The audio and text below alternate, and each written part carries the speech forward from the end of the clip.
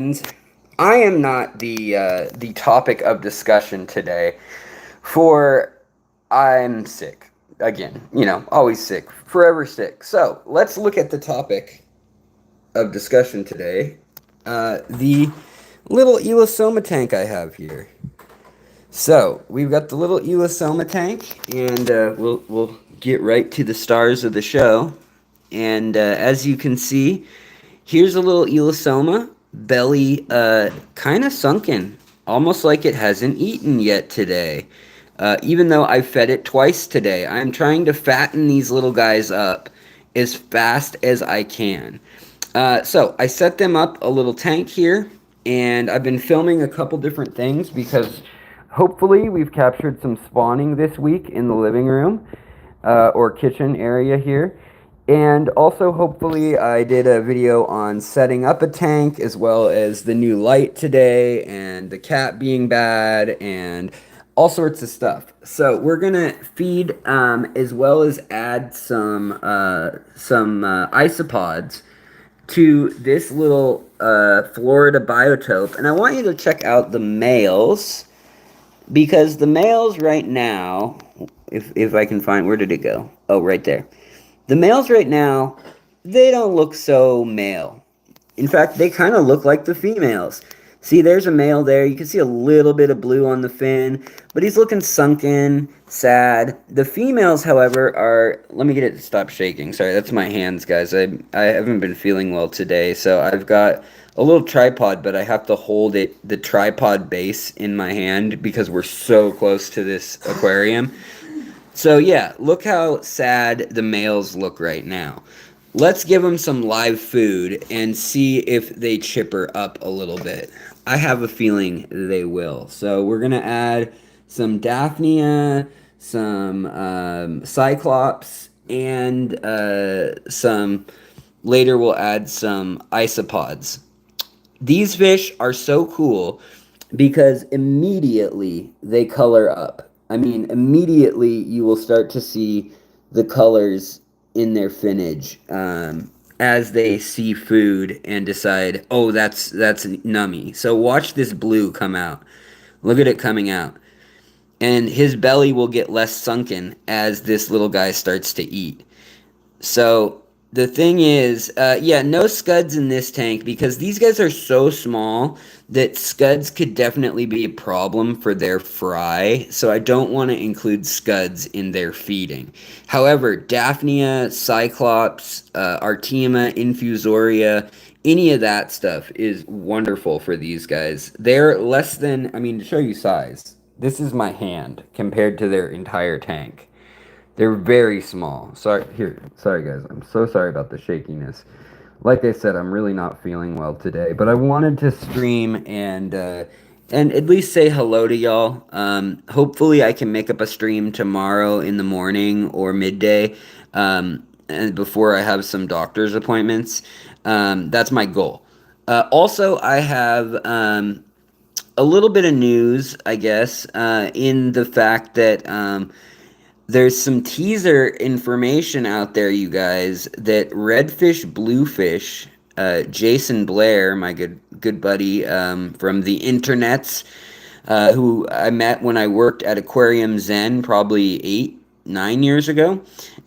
He owned redfish, bluefish, as I said, and it kind of closed down a year ago. He was having some health stuff, plus just basically he has a teenage son and he wanted to spend more time with his son, and him and his wife having to work, both of them working. He thought it's kind of a critical age to be with family. And so he kind of slowed down business, but he kept breeding apistos and he kind of kept that close to the vest. But he's been in the business still of keeping the apistos at essentially his Washington State secluded fish farm. I guess him and Corey are kind of the only two nutcases that have secret fish farms, right? But, yeah, so he is going to start back up business, so I hear. Ooh, there's the Cyclops. So oh, come on, guys. Look at all the fish want it. So the other cool thing about these fish is that they behave very, very interestingly socially. So the largest male who you're seeing right there, deciding if he wants that cyclops, if it moves again, he'll go for it probably. But that's a pregnant female cyclops that he's looking at, and those are her eggs right behind her in that kind of odd little Y shape. There's two white sacks of eggs behind her, and she's kind of just a little oval. There she goes moving. Well, for some reason, they don't seem to eat the ones with the eggs as readily. And I don't know if they're actually allowing them to hatch, or maybe the eggs have something that tastes bitter in them. So I don't know, but oh, this little secondary male is probably going to go for it since the other male backed down. But what's really interesting to me is that these little fish, they are in a group right now where there are three males. There's two adult males. There's this male here who is the secondary male, I believe. He's like second in command of the tank. And then there is another male who's the main male in command down here. And then there is a juvenile male right here. And he doesn't even try. He hasn't even really been coloring up yet. He is, you can see his blue stripes, but he basically doesn't want to get beat up. He doesn't want to be involved in fighting over the ladies. And the two ladies right now are with the main male. And right now they're eating. So let's give them a little more food, a little more concentration of food, and see how they handle it.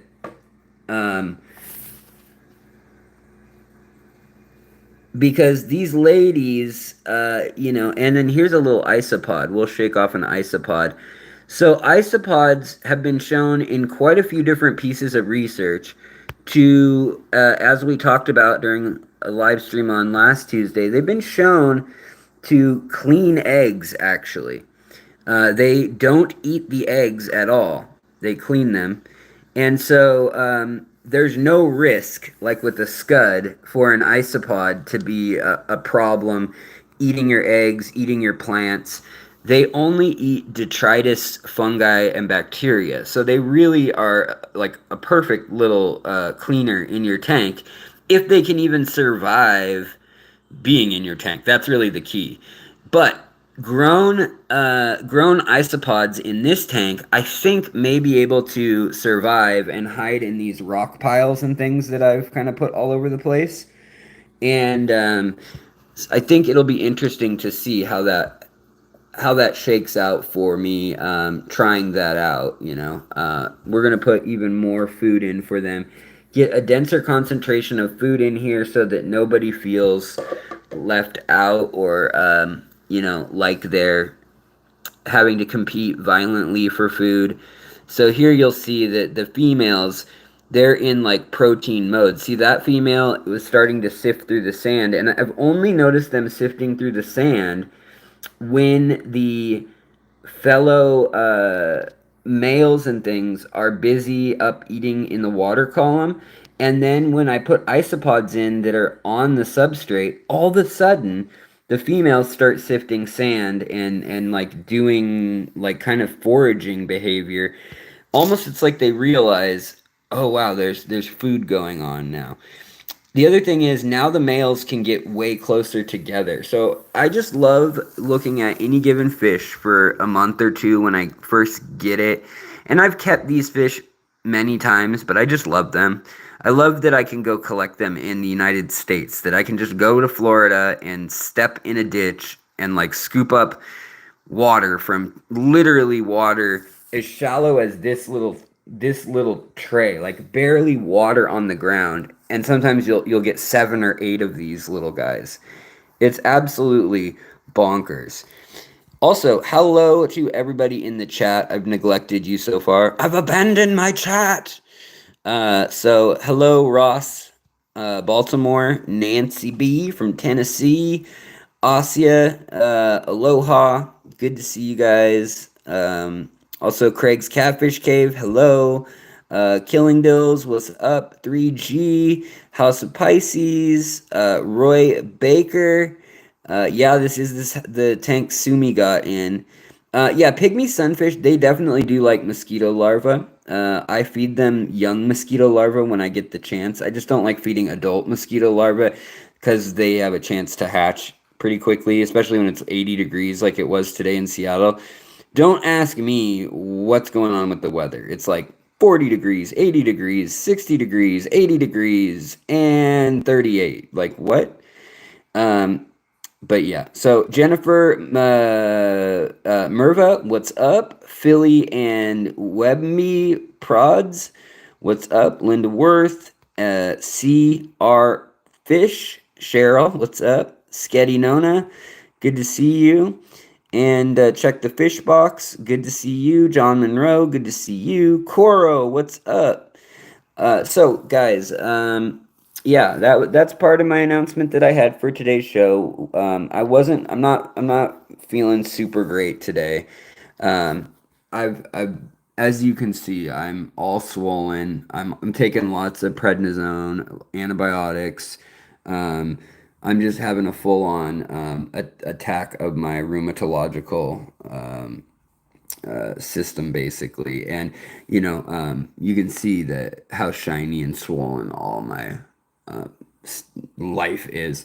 But in any case, I know I'm not a pretty looking one, so pardon my hair not being perfectly coiffed. In fact, I like to just look like Wildman Beethoven. If I look so terrible, if my face is already so past going out and being fancy, just screw it, I'll just be a greaser or whatever. I'll just put some grease in my hair and pull it back. Actually, right now it's just semi-wet. It's very humid here in Seattle for Seattle. So anyways, hello, my friends. Thank you for hanging out. I wanted to apologize also, though, for not creating as much content. I'm having not writer's block, I'm having editor's block. So I have like 50 things I want to talk about, but all of them I want to talk about for a half hour, and I don't want to edit a half hour video about the thing. So I'm feeling a little torn and thinking maybe that's time to do some fishery episodes where we talk about like one new species. Because sometimes there's only like 3 or 4 pictures, and I want to show you something or share something with you guys, but nothing exists yet that's of much consequence. There's like 3 pictures of a fish. That's really rough. So I don't know. That might be coming. There's a lot of news in science, technology, research, stuff being published recently about fish and then biotech adjacent to fish, as well as plants like a phosphorescent plants using bioluminescence, engineered, biologically engineered plants that actually make photosynthetic. They make energy out of photosynthetic metabolism in the daytime, and then at night they use a different process to use the resources in the ground and in the air. And they're actually trying to work with Bacopa Monieri or Monieri, and they're working on it becoming like a way to have both photosynthesis, kind of like cyanobacteria, and the whether I don't know if it's going to be chemolithic or chemotrophic based, like rock based or soil based, where they're getting their energy from the rest of the time.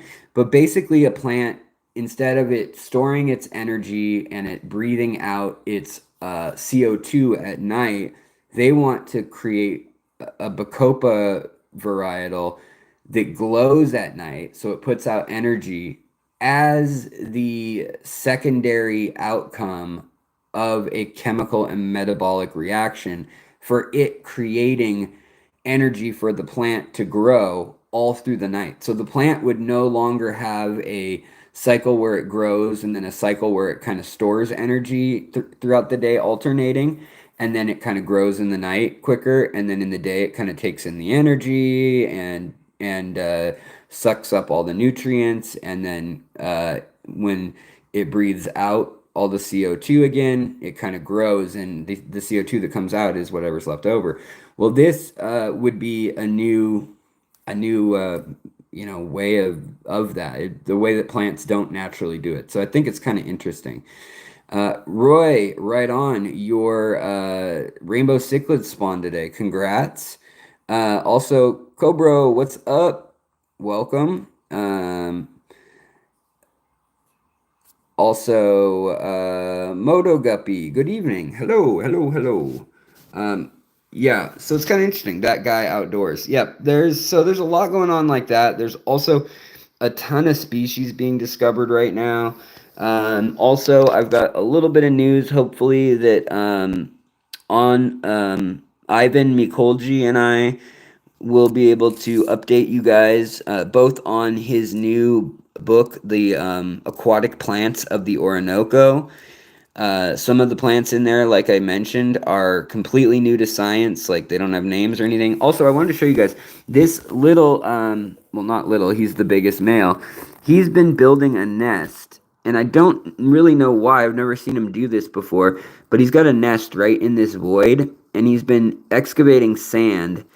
And I don't know if he's going to try to entice a female to come join him down in the rocks somewhere and make a nest or what. But these fish all kind of come to the top expecting more food now that food daddy, food god, Alex is here.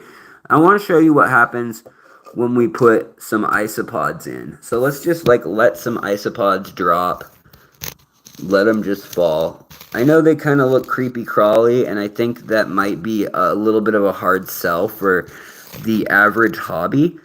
But as you can see, they're armored, so it might look kind of mean when the fish kind of go for them, but the fish actually have a pretty bad time eating them unless they're very small. So I did catch some very small isopods on purpose, like the smallest I could find out in my tubs right now.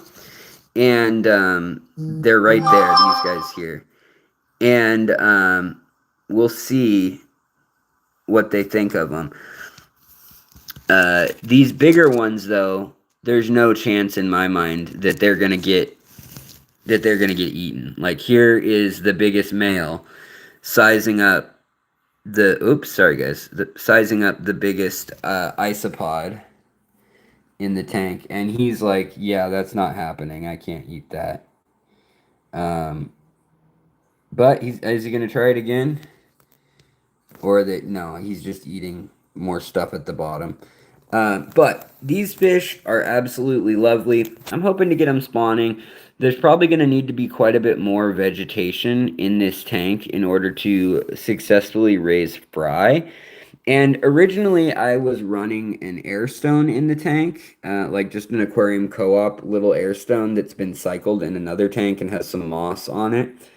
I ran it for 2 days just to get the tank jump cycled, basically, to get the bacteria in the water and hopefully starting to move around and colonize all the surface areas in the tank.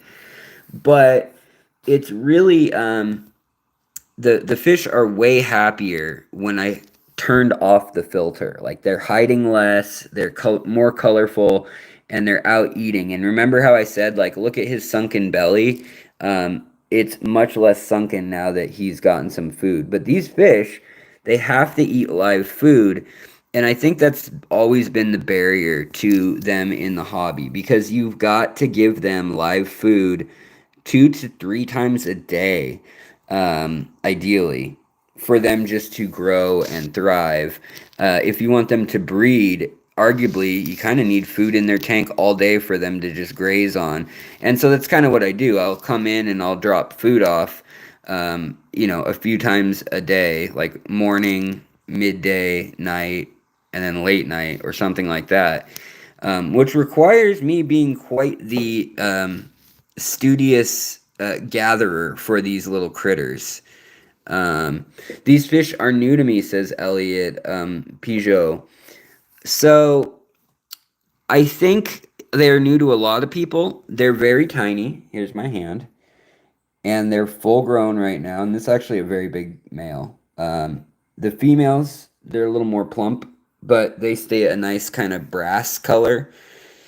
And then the males can be all the way from a dark, dark black color, depending on their background, with the electric blue and or navy blue, or they can have kind of like a nice turquoise blue and almost like a aquamarine blue with this kind of silver and lighter brass, I guess you'd call it, like less bronzy, more brassy color on them. And you can also sometimes see them when they're spawning, they turn totally blue, which is pretty cool for a fish that doesn't need a heater. The heater only needs to keep these fish at around 58 degrees Fahrenheit. Anything above that is good for spawning, right up to around 72 to 74 degrees Fahrenheit. And they will tolerate like all the way up to 80 degrees Fahrenheit. However, it's not ideal for them. They actually live like a much faster life and then die sooner. Here is an isopod that's pregnant, by the way. You can see her egg pouch is that white thing up under half of her body where she's headed to the left. See that thing? She's got her eggs in there. And she's kind of like a little marsupial potato bug or pill bug or sow bug, however you want to look at it. But they're in here to hopefully prevent some of the algae. Also, hopefully, if I add some pregnant female isopods in here, not only will they provide a little bit of entertainment, they'll also provide a little bit of life in the form of babies. So right here, we're going to let some more go. See how I got mostly pregnant females out of my isopod tank. This time of year, there's a lot of pregnant females basking in the sun and kind of just trying to stay out of being a meal. And so I like these fish a lot, obviously, but I also really like these isopods. And there's a chance that I might start selling some of the isopods just because I'm getting so many requests in my email. And I don't like the prices that I see out in the hobby. I think it's ridiculous to pay for $40 for 10 or something, and I get that shipping kind of throws a monkey wrench in there. Also, guys, check out this little cyclops. It is eating spirulina algae all day long outside, or what I'm thinking is spirulina algae, cyanobacteria, and it is bright green. See how it's swimming off? It's actually a bright green cyclops male. Oh, no, it's a female. Never mind. It's got the white eggs on its back. I just can't get it to zoom in close enough on the live stream.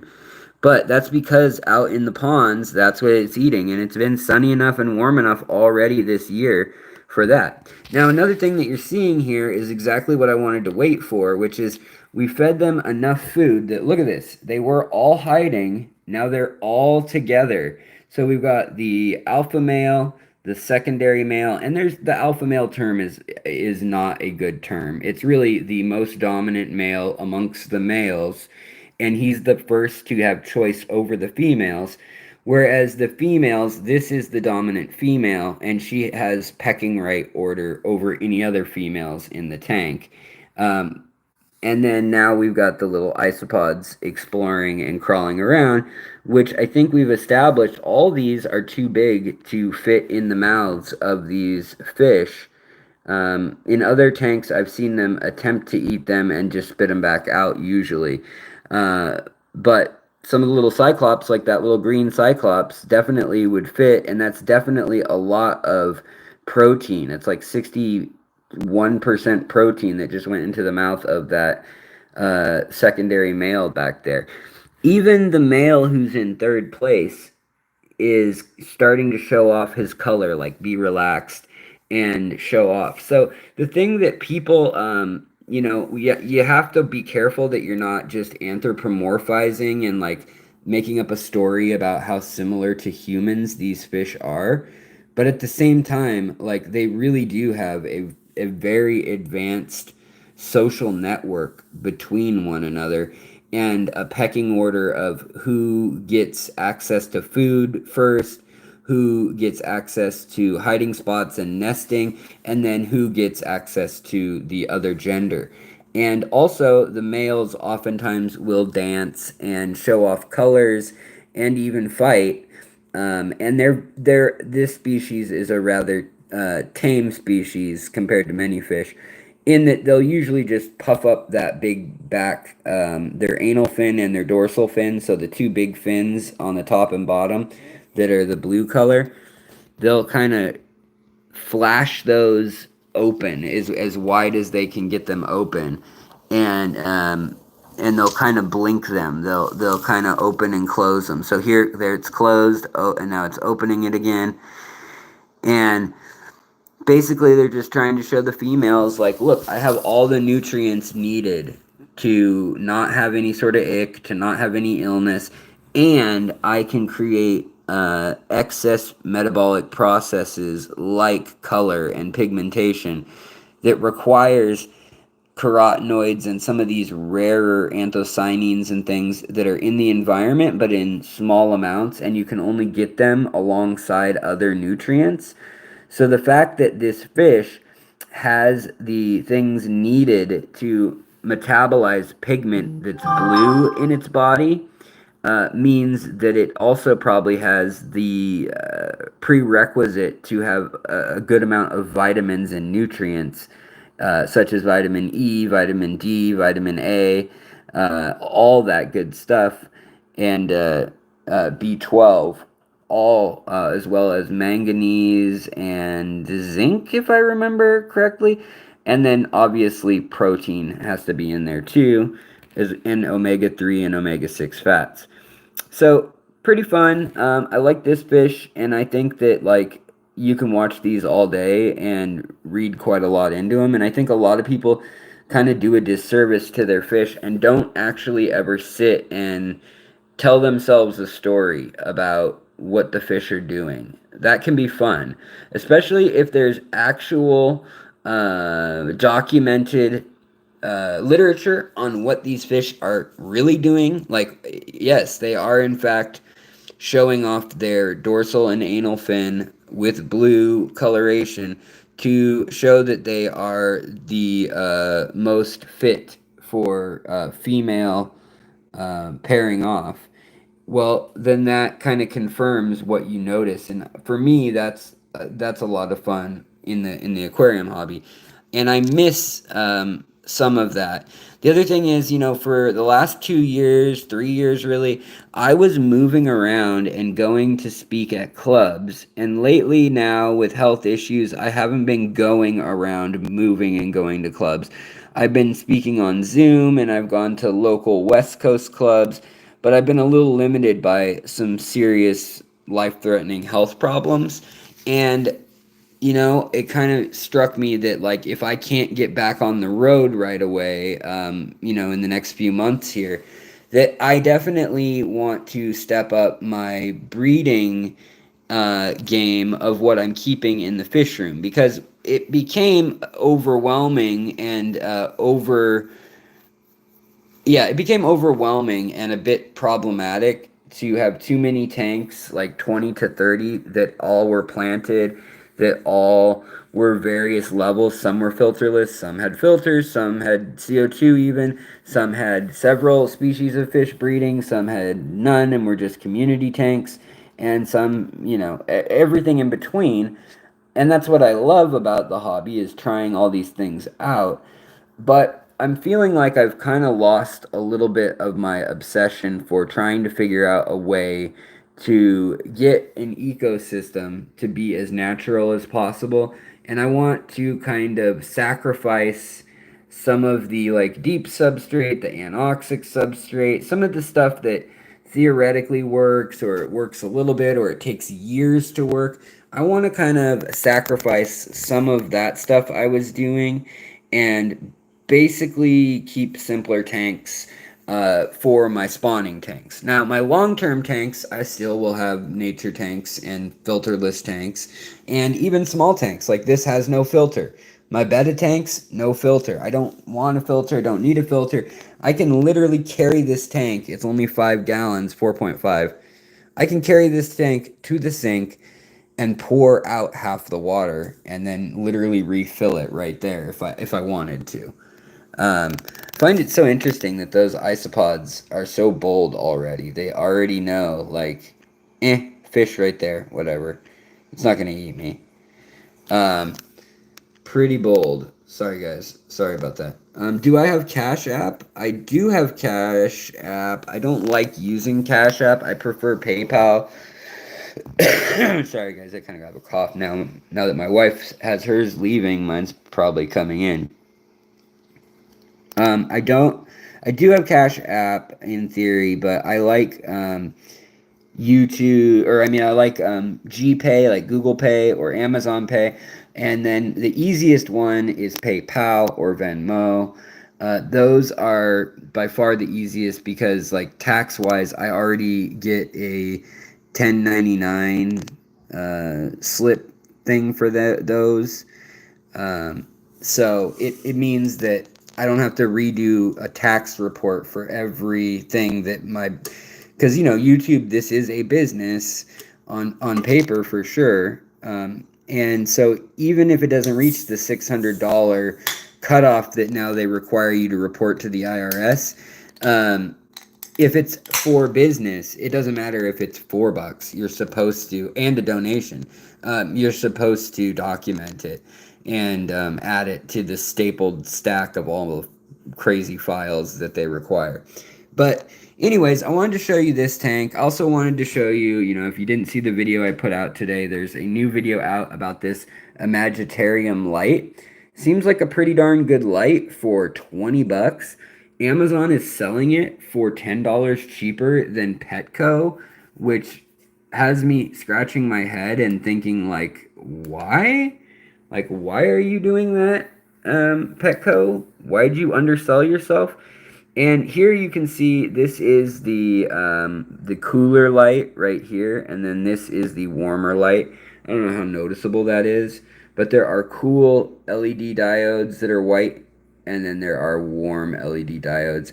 And there's a 600 lumen and a 1000 lumen power setting on this light. And so 1,000 lumens in 4 gallons, I mean, that's a lot. That's a lot of that's 250 or whatever lumens per gallon.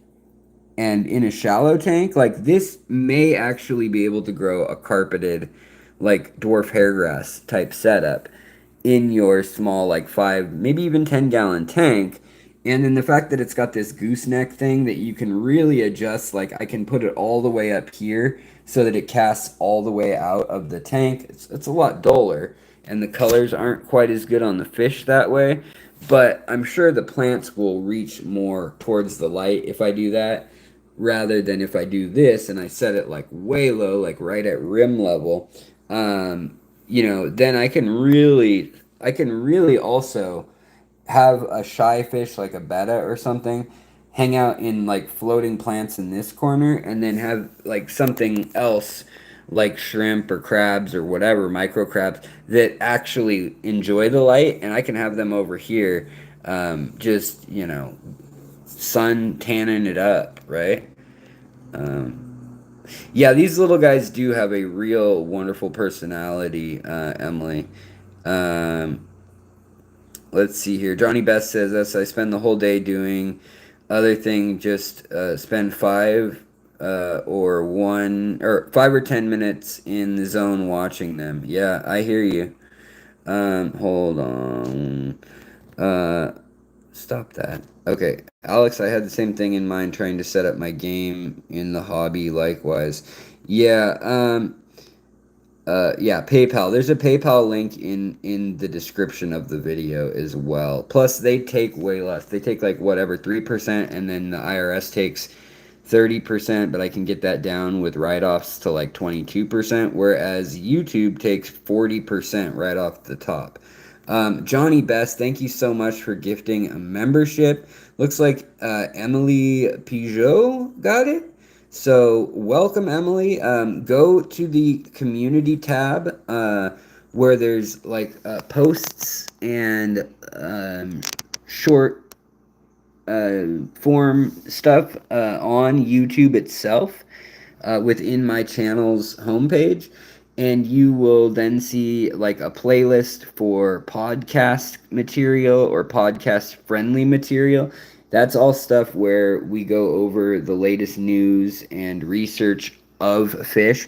And I'm really looking for a show again, like the Aquatic Morning Show, where they want to air like one of my 5 to 10 minute episodes or kind of like correspondence features on their channel, and then my members get to see it whenever they want on my channel, but really only their subscribers get to see it play one time live if they want to see it, and then mine, it would be hosted anytime for members.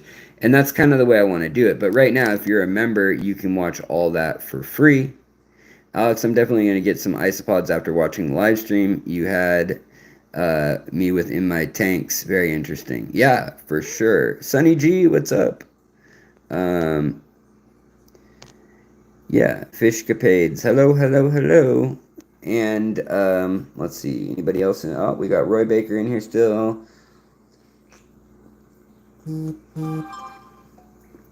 All right, so I'm going to try to wrap things up hopefully in the next like 15 minutes just so Bentley Pasco so I don't eat up his whole stream or anything. But I figured I'd show you guys that this little tank, super quick setup. I mean, it took me, I don't know, an hour total to set it up. And that's with the cat literally using it as a litter box. And she did, in fact, go a little bit to the bathroom on a couple rocks here and a couple rocks here. Which required a few water changes before everything got settled and the fish got put in. That was a very bad kitty. She's actually being a very bad kitty right now. Sumi! Sumi! Yeah, you. You're not being a good kitty. So, anyways, I also, I was thinking about going to Aquarium Co-op and talking about their new store expansion and opening and yada yada. But I don't know. I feel like someone else is going to cover it. Corey's going to cover it. There's no like big, like the truth must come out. It's a mess or anything like that. Nope. What you see is what you get. And it just took so long because of permitting and stuff. That was really the big scoop worth saying anything to anyone about. But I am showing you this because very recently I mentioned, I think 2 weeks ago, a week ago, I mentioned that this tank had just become completely inundated with algae. And now I've got the water level kind of low, but we took care of a lot of the algae by keeping the light cycle to 6 hours for a week, and then also just by manually removing with a turkey baster just any of the extra debris and mulm and like any sort of this kind of like cloudy water down at the bottom of the tank. We didn't do like a true deep gravel back by any means. This tank is designed to layer over time and settle in kind of to itself, like a lasagna style tank that it's set up like. But, I still will kick up this kind of loose, dusty mulm sometimes because that is going to, if it has algae in it or if it has cyanobacteria or anything like that, or you see like hydra or planaria, that's a good kind of heads up that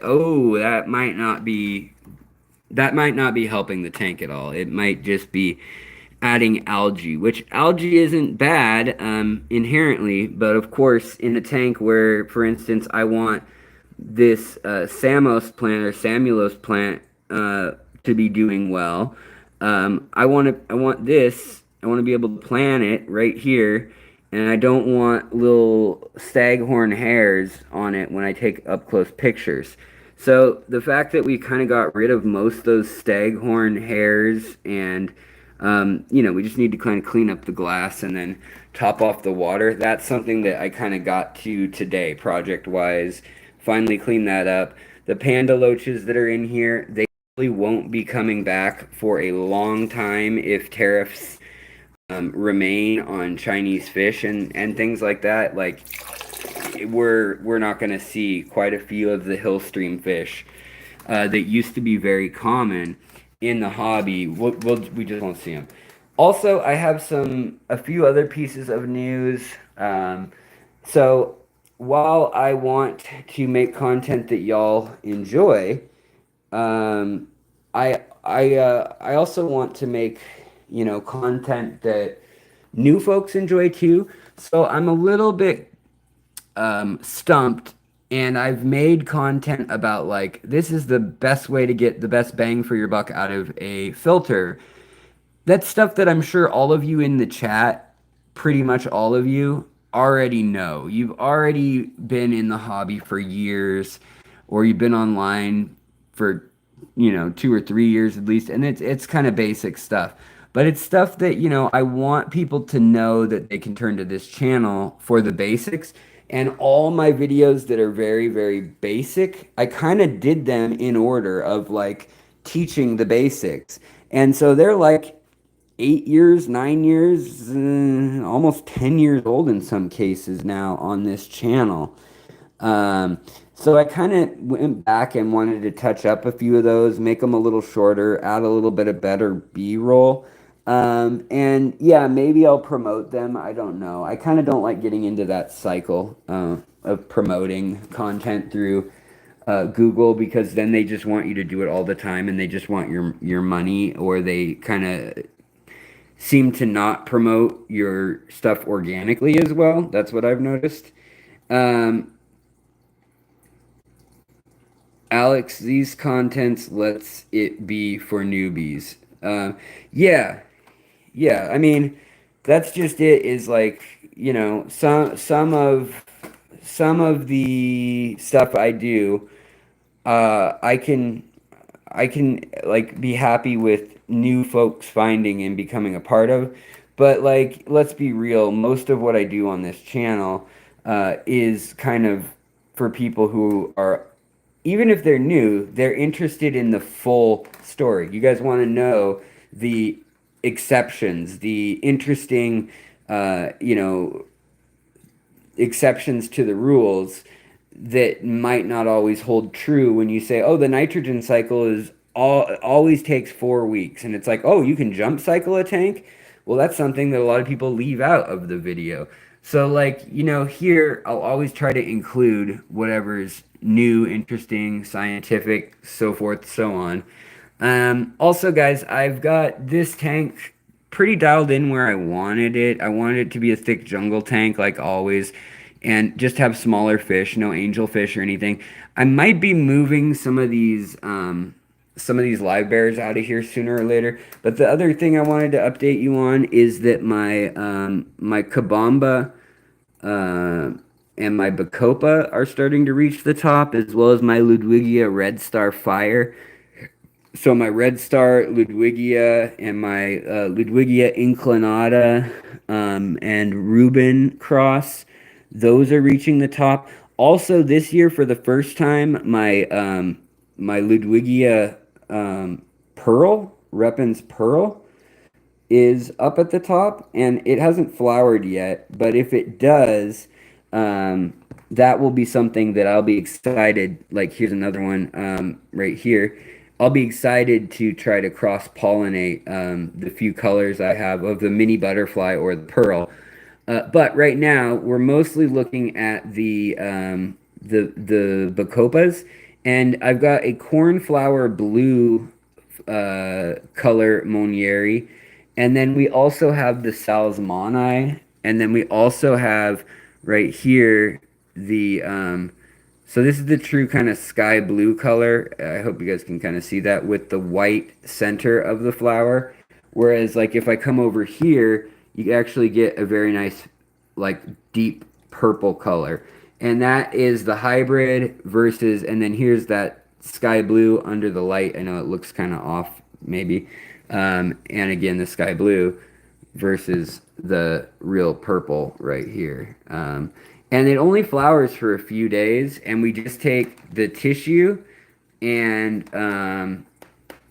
just take the tissue right out of uh, the center of that plant, the inflorescence, the flower. Open it up, and we just take a little Q-tip or brush, and we just dab it on the powdery pollen, and then we take that either into the other room or to another plant. Now, in this tank, these are all the hybrids already. So this tank, other than some of the Monieri that's just sitting right here and I haven't let come to the top, it's already the hybrid. So what it looks like underwater with that cornflower and lavender petal, that is the Salzmani mixed with the Monieri, and it has this beautiful kind of purple and mahogany to like burgundy or red color on the ends of the leaves.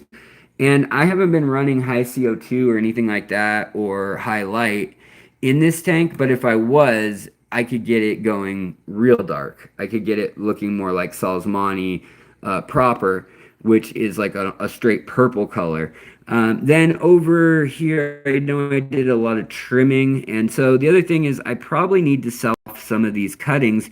But as I've said, and I know there's a few folks, I think Johnny's one of them, but there's a few folks that have expressed interest. And, I'll shout it out here if you're watching. Feel free to email me because I am at a point now where I actually have quite a few clippings in here where my plan was like, oh, maybe I'll expand it to another tank or I don't know.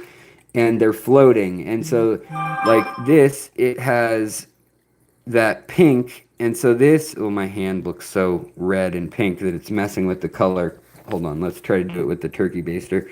So this has this nice, soft, peachy pink color to it that you can kind of see. Here you go. Kind of see at this angle where it goes to like a lime, soft yellow chartreuse, and then it goes to like a pink, peach, lilac even color. And that's the Colorado mixed with the Monieri. Whereas, like I said, the more purple one is a slower grower.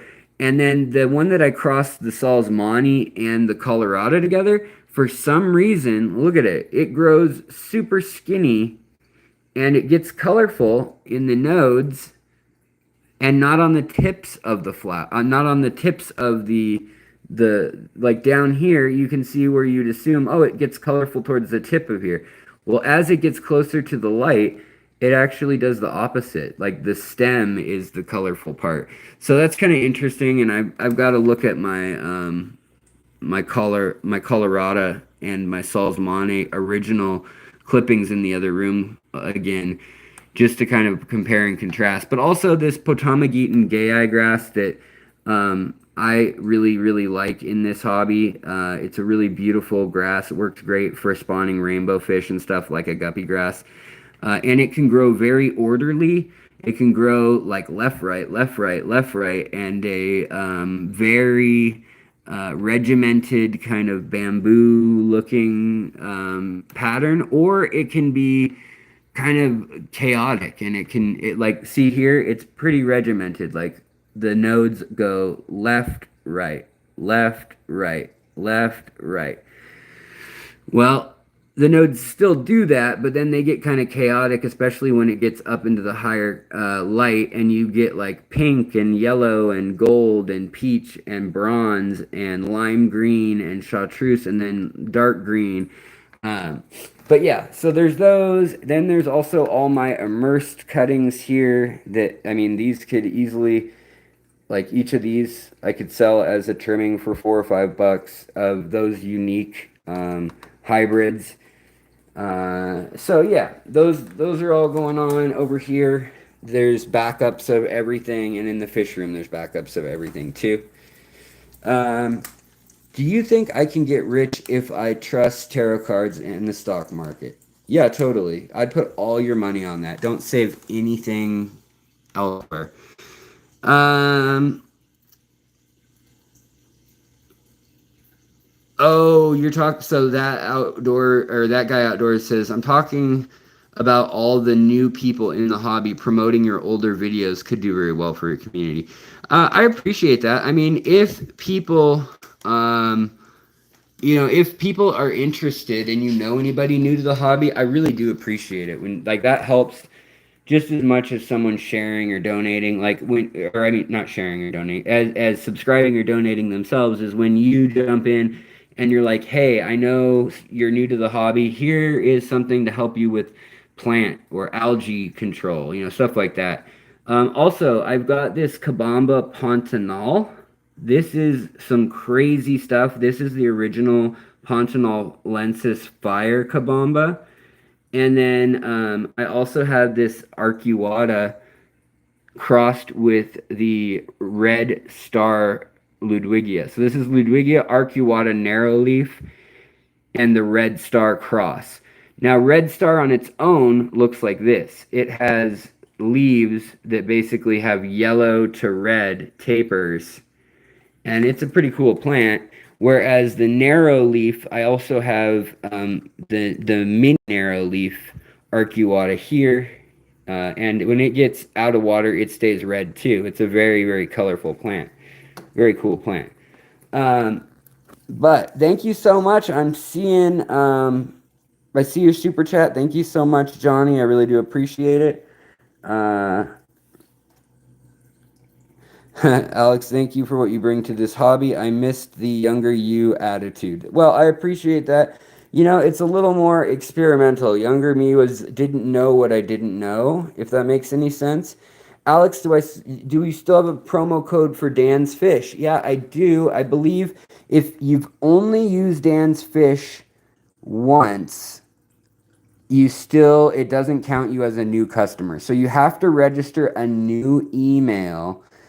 So someone in your house, for instance, if your wife is buying the fish versus you, and they register a new email, I think they'll get 10% off their first order when they use the code Alex at checkout. And if you want that code, yourself, you'll get it the first time. If you use that code as a returning customer, I think you only get 5% right now. And that's basically, I think, in large part, like Corey also joined in on that. And so did Bob Steenfott. So now Dan's Fish has quite a few people getting referred. And I don't think, like, not that they were desperate, but I don't think it's as like pertinent. Like their business is doing really well, and it's a very specific, discerning aquarist that wants to source from them. It's somebody who wants to get the best quality fish, the best lines. When they're looking for a common fish, something like a tin winnie, and you want to make sure that you get those purple, violet, and fuchsia colors that just don't appear in pet store, like PetSmart, Petco, uh, species groups, or CPDs that don't have, massive hunchbacks and sunken bellies and their colors are washed out, or you want the freshwater raised Amanos that are yellow. I mean, look at this Amano. So this is Aquatic Arts actually, but Dan has gotten some in as well. Same with like the pandas. Dan has them all without any sort of parasites or problems, any sorts of diseases. And he'll say you should still quarantine, but I've never done it with his stuff because that's how much I actually trust, what he does, how he does his process. Same with like if he has a line of guppies that he says is from somewhere or a certain name, it is that. I trust him 100% with my tanks in that sense. Also, I guess I should show you guys this. Going on year 3 now of hybridization of the Cophifolia fraseri project. Look how big the mother plant is now. I mean, we have plant like we have fronds that are 2 feet long, a foot and a half here, a foot long here. But we have 2 footers with these crazy rabbit ears that occurred when I crossed the flowering Anubias years ago. So that's one of the many reasons why I really do like dropping the water down in the summer and kind of allowing us to see all the layers of the tank and kind of how a flooded forest responds and how all of these marsh plants and things actually kind of flourish when all of a sudden they escape from the underbrush and the light being covered. Matthew Plowden, thank you so much for the super chat. Alex, would a small internal filter be enough oxygen for a 5.5 gallon tank?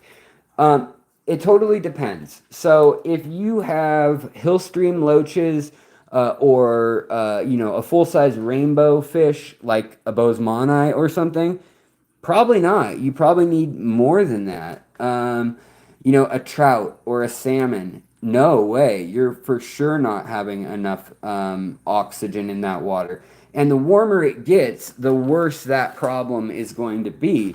But if you have a tank set up like, this one here that's for elastomas, for the little pygmy sunfish, or it's set up for, say, your bettas or phoenix rasboras, you don't need a filter at all. You can just monitor the nitrates, nitrites, and probably your surface area is enough to handle all of the nitrogen that could be problematic, which is pretty wild to think about. And Lucas Bretz doesn't actually have filters in a lot of his tanks. So that's pretty wild. I've been over there. It's nice. It's really quiet in his room. So if you have a big enough pond and it never gets too hot, then the answer is no, you don't need the oxygen. Do you need the biofiltration? That's a different issue, but that can also be addressed by doing water changes. If you don't do water changes, you don't do water top-offs, then you need to rely more on your filtration, your plants growing and using that, and or your substrate being deep enough to deal with that. And when we do a deep substrate or a filterless tank, a lot of the tutorials on my channel, they are full of info to try to help you be redundant. So the fact that there's deep substrate, that may not save you from, the fact that you're going to get your nitrogen sequestered as ammonia in a reductive nitrification process where it takes the nitrogen and does the exact opposite.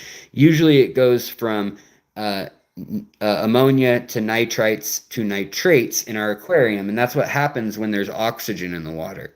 Well, when there's no oxygen, bacteria can use nitrogen, iron, and sulfur alongside of nitrous oxide and CO2 and CO gas.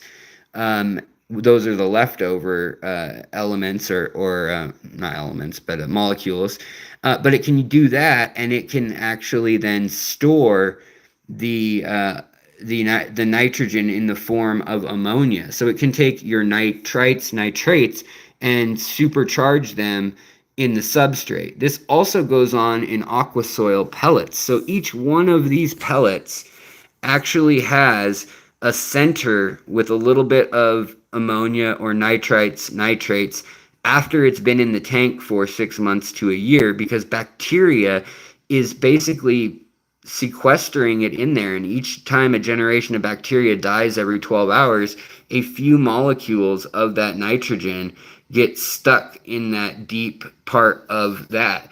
Then there's a ring of micronutrients like iron, cobalt, manganese, magnesium. And I have diagrams of this in my video on what's the best substrate, what's the best aqua soil. I go through that. Same with my lasagna tank method. There's no, I mean, it's not my method, but I'm saying my video on that. There's no right way, wrong way to do these things. if you do them, you just may or may not need to supplement. Like one way may require that you add more oxygen through one process. Way might require that you have more filtration.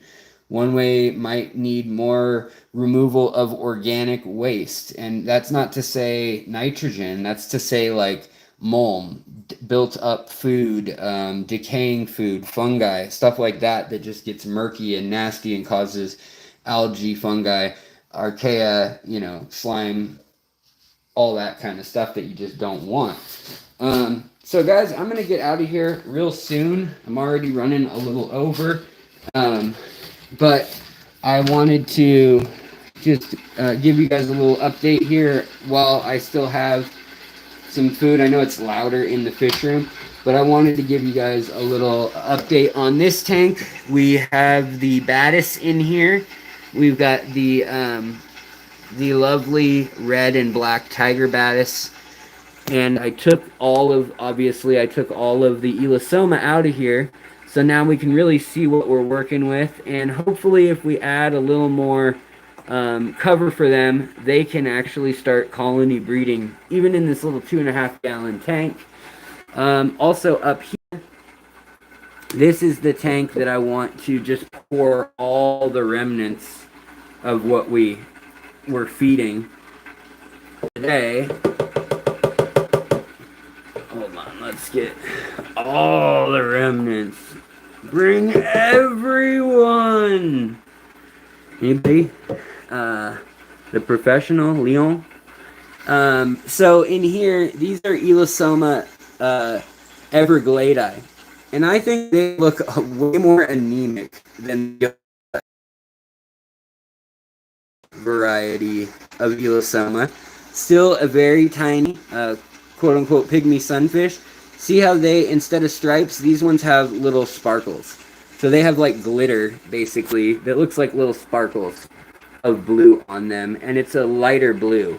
There's a main male right here, and then there's 2 females, and then there's a couple kind of here's a sub-adult male, and then over there is another sub-adult male who's darker. But let's see if we can get one last kind of look at an Elosoma that has some sparkle. Can we? Can we build it? Yes, we can. But guys, I kind of want to make a video in the next few days also explaining kind of where my head's at a little bit about nature tanks. I already mentioned how I have had to switch things up just based on my health and based on what I have time to manage. And as much as I love doing these experiments and these long projects of like 5-6 years, keeping things without a filter and just doing top-offs and things like that, there are some occasions, and I've always said this, where that's not optimal, and it is way better just to have a filter running. Now, for little tiny tanks of really itty-bitty nanofish and shrimp, I don't care, actually. I think I will continue to run them just like I always have. But what I'm talking about is when we move up a size or two and we get up to, things like these fish, where I'm keeping my bettas and my dwarf cichlids and loaches, things like that. These guys, I think they can use the sponge filter. I don't think there's any harm in it. Same with up here. Like this tank is very,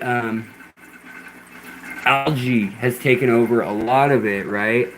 But there's a lot of different fish in here living in this cladophora. Everything from these totally natural honey gouramis to these little filament checkerboard cichlids to the Colombian Mete tetra to the male honey gouramis. See, that's a wild honey gourami that's ready to start spawning soon.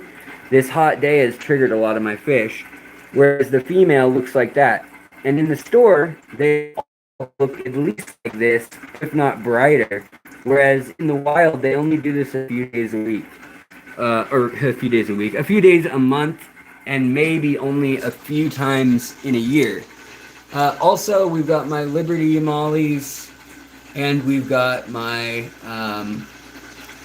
my Kohaku swordtails living over here. This is kind of my hard water tank because my tap water is so incredibly soft, 30 parts per million, that it's ridiculous. So that's the hard water tank, so to speak. And then the last thing I was going to show you guys is here, fish tank. So I'm working with the guy who sent me. Sorry guys, apparently we got booted from our own live stream lobby. It's just I guess the connection was bad, so sorry about that. In the fish room, the tanks act like a big old Faraday cage or something for Wi-Fi, I guess. But anyways, you guys, I'm gonna get out of here soon. That way, if anybody wants to go see Bentley, feel free. Say hi. Also, let's see here. Did I miss anything else? No more panda loaches at Moonlight. Yeah, not right now. No more rhinogobius, stuff like that. Landed, the cost ends up being like quadruple. I mean, we know that the tariffs were possibly as high as 240 for a minute there. Then they went back down to 145 or 150 maybe, and then maybe to 50 maybe. We don't really know where it's all going right now and what exceptions will get made. But needless to say, they're charging right now at 145 is what they're telling fish importers, like all my friends who are doing that. Even from Hong Kong proper, you know. And so that means that their fish, if it's a $2 fish, for instance, they're going to be charging $1, $2 and I don't know, 50 cents or something for that fish probably. Even though it's wholesale, that works great for cheap doodads and some fish if they have like a tenfold markup. But Chang has always kept the markup really close to a 3 or 4 fold markup landed, which means that he doesn't have a lot of wiggle room. He already has passed on that savings, and that's kind of how he's chosen to run his business, as well as the discount code. If you go to Moonlight Aquatics, anything there, including like the beautiful loaches, the discus, the angelfish, all the cool catfish, even the puffer fish and plecos, most of that's being bred in Indonesia, but a lot of it then gets brought to China, and a lot of it is being bred in China, but he's just choosing Indonesia because the tariff is less. But the tariff for Indonesia is set to kick in at 47%.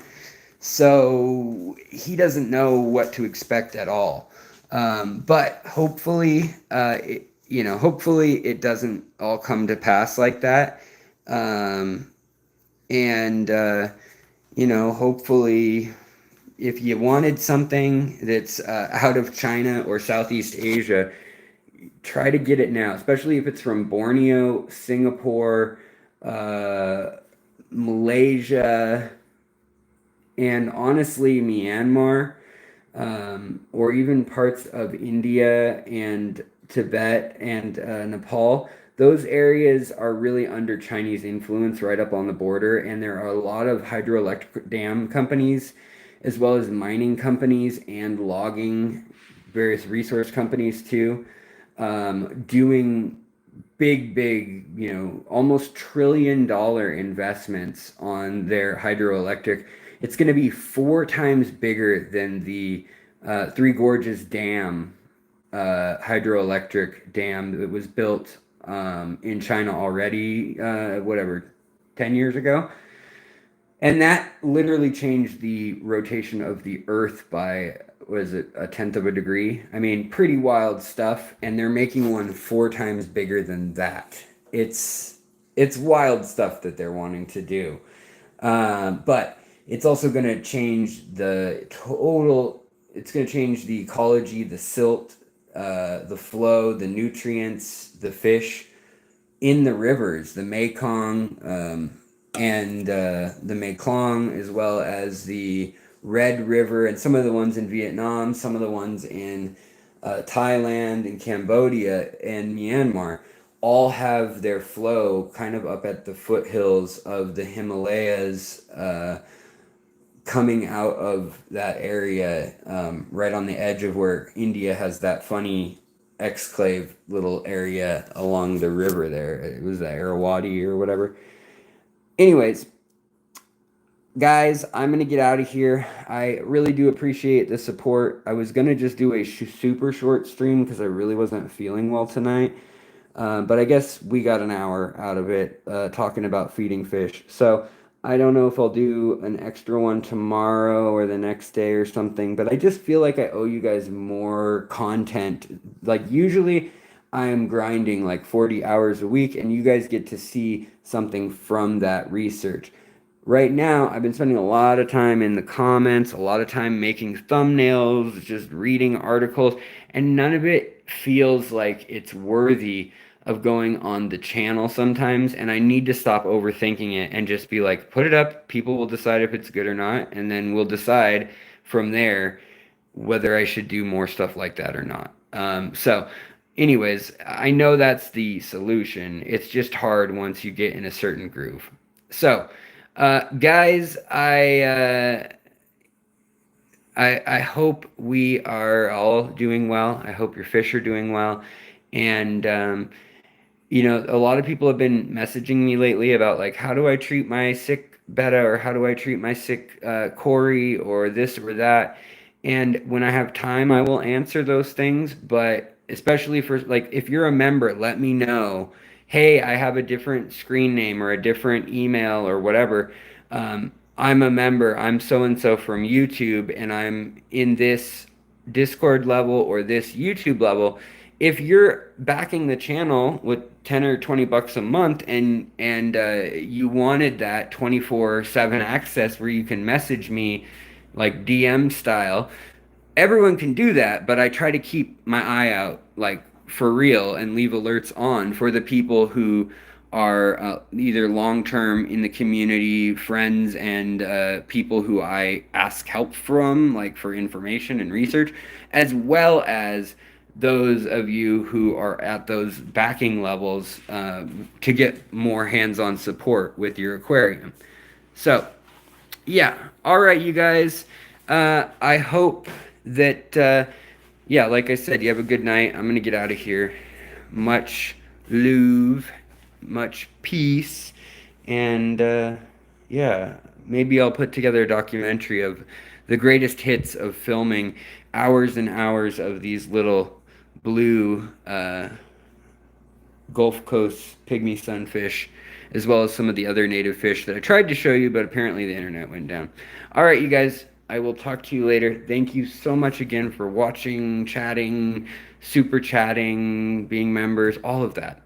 It really makes it possible for me to do this channel through the ups and downs. And I'm sure I will get back to a place where I'm like posting manically at some point, all sorts of articles. But right now, the editing has me kind of in a funk of like, which things do I want to do? Which ones should I select? All right, guys. Bye. Boop-a-doop-a-doo. Let me tell you about the birds and the bees and the flowers.